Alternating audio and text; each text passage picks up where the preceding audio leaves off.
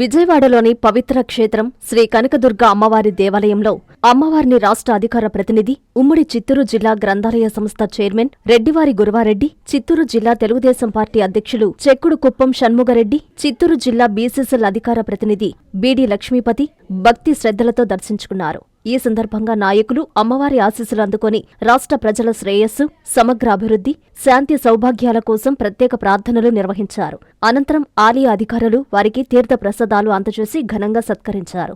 ఈ దర్శనం అనంతరం నాయకులు మాట్లాడుతూ కనకదుర్గమ్మ తల్లి ఆశీస్సులతో ఏపీ ముఖ్యమంత్రి నారా చంద్రబాబు నాయుడు నాయకత్వంలో రాష్ట్రం అభివృద్ధి పదంలో మరింత వేగంగా ముందుకు సాగాలని, ప్రతి కుటుంబానికి శాంతి, సౌఖ్యం, సౌభాగ్యం కలగాలని మనస్ఫూర్తిగా కోరుకుంటున్నామని తెలిపారు. ఈ సందర్భంగా నాయకులు భక్తి, నమ్మకం, సేవాభావంతో ప్రజల మధ్య నిలిచే నాయకత్వమే నిజమైన ప్రజాసేవాని, ఆ మార్గంలోనే తెలుగుదేశం పార్టీ ప్రధాన కార్యదర్శి నారా లోకేష్ పయనిస్తున్నారని పేర్కొన్నారు. ప్రజల ఆశయాలకు అనుగుణంగా పనిచేసే నాయకత్వం దేవుడి దయతో మరింత బలపడుతుందనే విశ్వాసాన్ని వ్యక్తం చేశారు.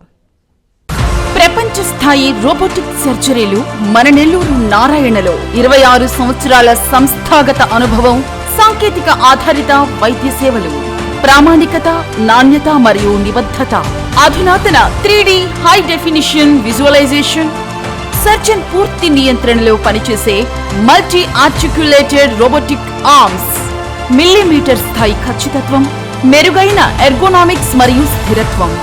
Narayana robotic surgery. తక్కువ నొప్పి, తక్కువ రక్తస్రావం, వేగంగా కోలుకోవడం, త్వరితంగా డిశ్చార్జ్. నెల్లూరు పరిసర ప్రాంత ప్రజలకు అందుబాటులో కలదు.